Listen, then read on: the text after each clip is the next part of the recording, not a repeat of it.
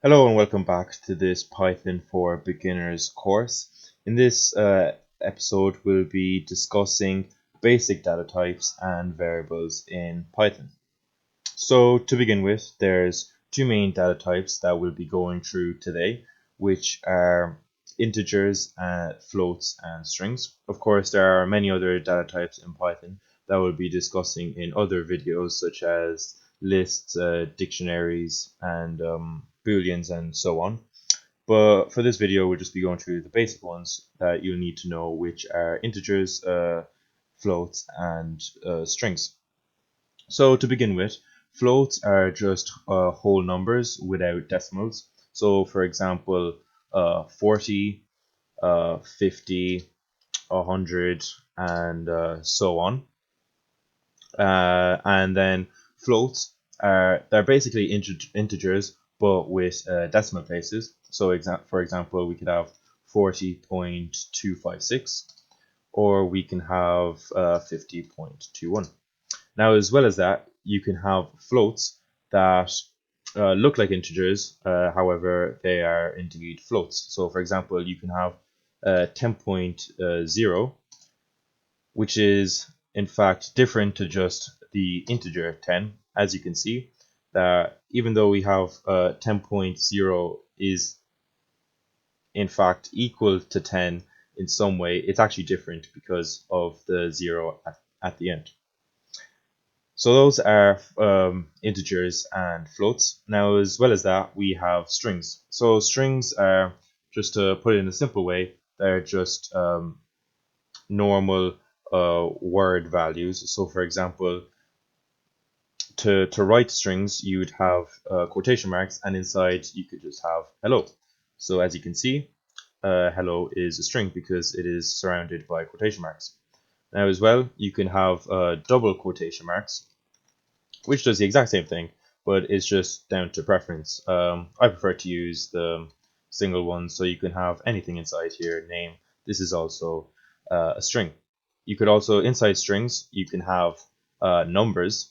So you could have 10, you could have 9.18, anything that you wish. But just as a note, this string 9.18 is not the same as just the float 9.18. This is stored in Python as a float, and this up here is a string. They are two different data types.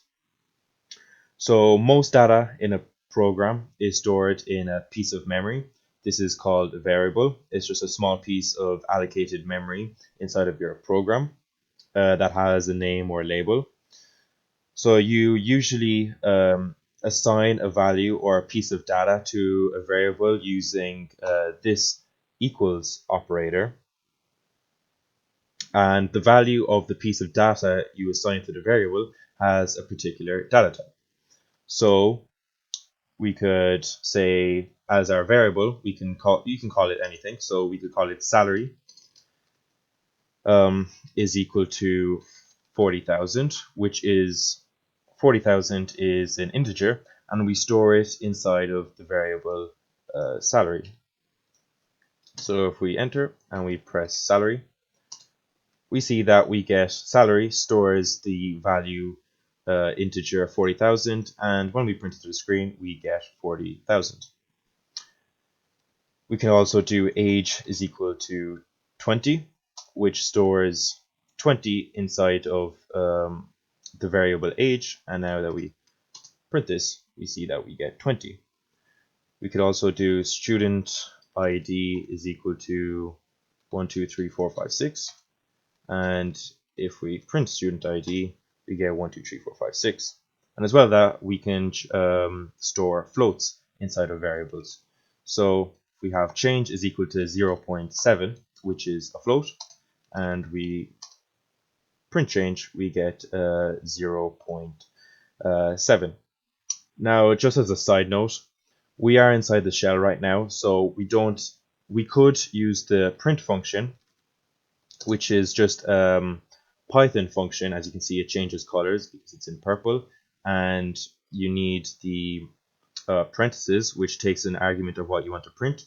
So we could put print change, which will do the exact same thing. But since we are in the shell, you don't have to do this. You can just normally do change. However, say if you were to be in an actual Python script, which looks like this, you would have to do print. If you had change is equal to 0.7, you would have to say print change instead of just change. Won't work. Just as a side note, so I won't save that. So the next thing are strings. So strings, you do the exact same thing. You could have name is equal to John, and if we print this, we see that we get John inside of quotation marks. Do the same with student ID.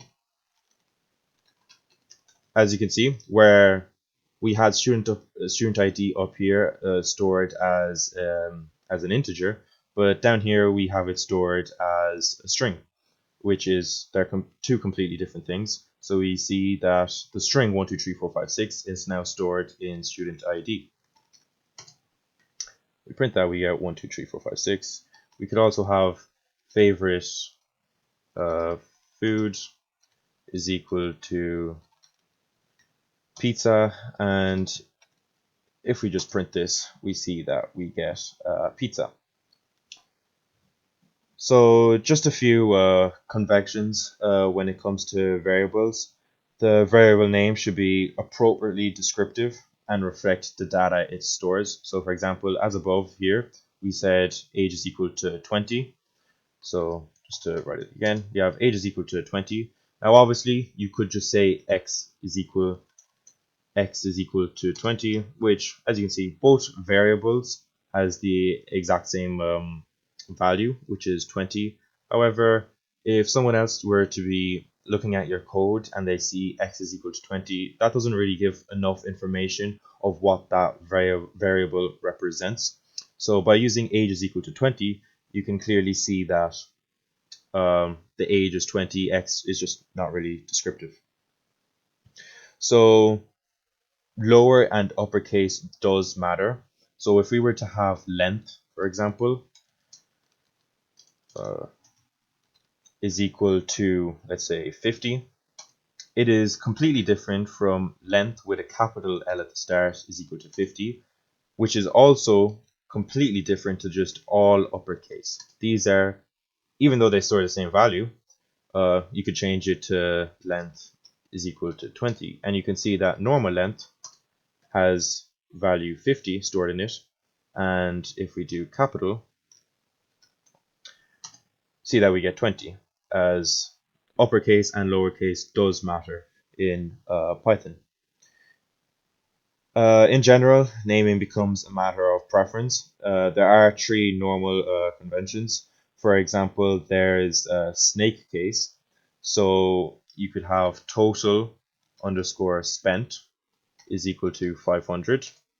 You could, this is called snake case. There's also camel case, which is total spent is equal to 500, where the first word is completely lowercase and the first letter of the second word is uppercase. So as well as that, just as another example, you could have total spent today is 500.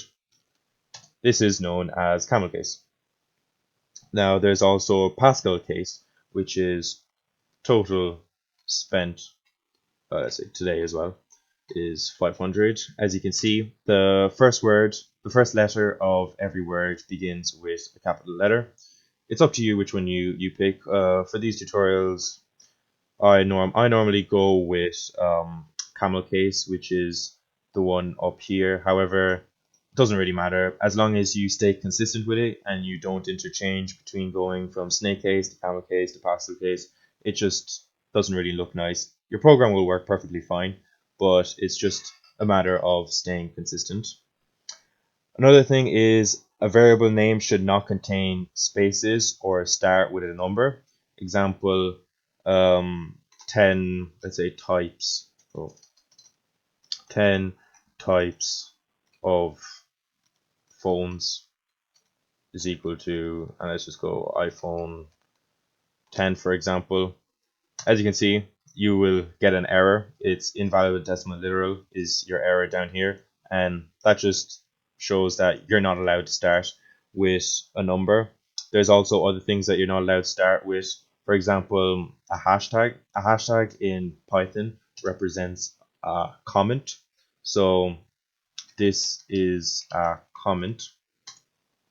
What comments do is the program just completely disregards what it says, because the comment is made for you, the programmer, or anyone viewing your script, just to explain the code. So comments are just used for explaining code. There's another form of comments which are, I'll do it in a new file. So over here, so let's say you have a few lines of explaining code, and I'll just say you had a few lines that you wanted to comment out. You just do 3 individual quotations and 3 down here, and then you can continue writing code over here. So print, you can continue writing your code normally here. This up here is just a multi-line comment. So reserved words also can't be used. So there's some words in Python that have a special meaning. There's about 30 of them that cannot be used as variable names. For example, false, true, these are known as Boolean values. You can see that they change color. If, while, you see that we're getting errors. You can't, we'll get into the syntax of how these work in the coming episodes, but you can't use these as variable names. However, you can use if with a capital. If you wanted to say if is equal to 20, that works, but it's just as I explained before, you can, upper and lowercase does matter in Python, so you can use if with a capital F, but not how it's spelled down here with all lowercase, as they're reserved words. So to test what data type a variable is, you can use the type function. So type is another word that you can't use. You can't use type is equal to 20.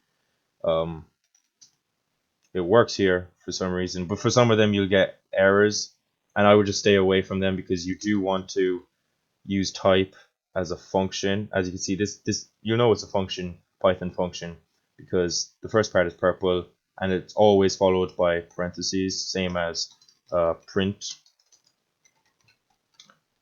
and then inside you could have print 20, which would just print 20. But type just gives you the data type that a variable is. So for example, if we have name is equal to Alex, and then we want to see the data type that the variable is, you can just see type name. I think we've messed something up by, yeah. See, we've messed up the function type, so we just have to restart the shell.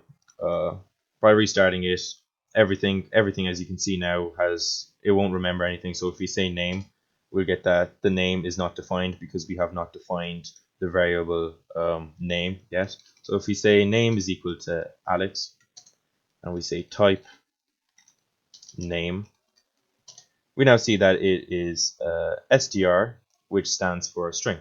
Same can be done with age is equal to 20, and we go type age. We see that it is now an integer, and we say change is equal to 0.10. We'll go type change. We can now see that it is of type float. So as the name of variables implies, the value of a variable can change within a program. So you could, right now, name is Alex, but we can change this to anything else. So if we now go name is equal to John, and now name is equal to Mike. And if we print name, as you can imagine, it will give us Mike because it's the latest one that we've told program to store name as, which is Mike. So you could have x is equal to 10, and then x is equal to 10 plus 1. And if we print this, we see that it's not 10 anymore, it is 11, because we've told x to now be 10 plus 1. Now in the middle here we have plus, which is a logical operator. There are a few logical operators that I will cover in the next episode, but just for now, just know that plus just simply adds numbers together. Now if we say a is equal to b plus 1, we will see that we get an error, and we get all this, but the only part that we're really interested in is the last line, which is name error, name b is not defined. So Python clearly tells us that b is not defined. It doesn't know what b is. So we could simply, if we define it as 20, we can now assign a to be b plus 1. And if we print a, we now see that a is 21. So that's everything for the basic data types, which are integers, floats, and strings, and how variables work. Now, Python it's not a spectator programming language where you can just learn from someone looking at them. You'll have to actually practice these. But since we've only covered a few basics, I will start adding a few exercise sheets from next episode onwards so that you can get a bit of practice with Python. But that's everything for this episode. In the next episode, we'll be going through logical operators.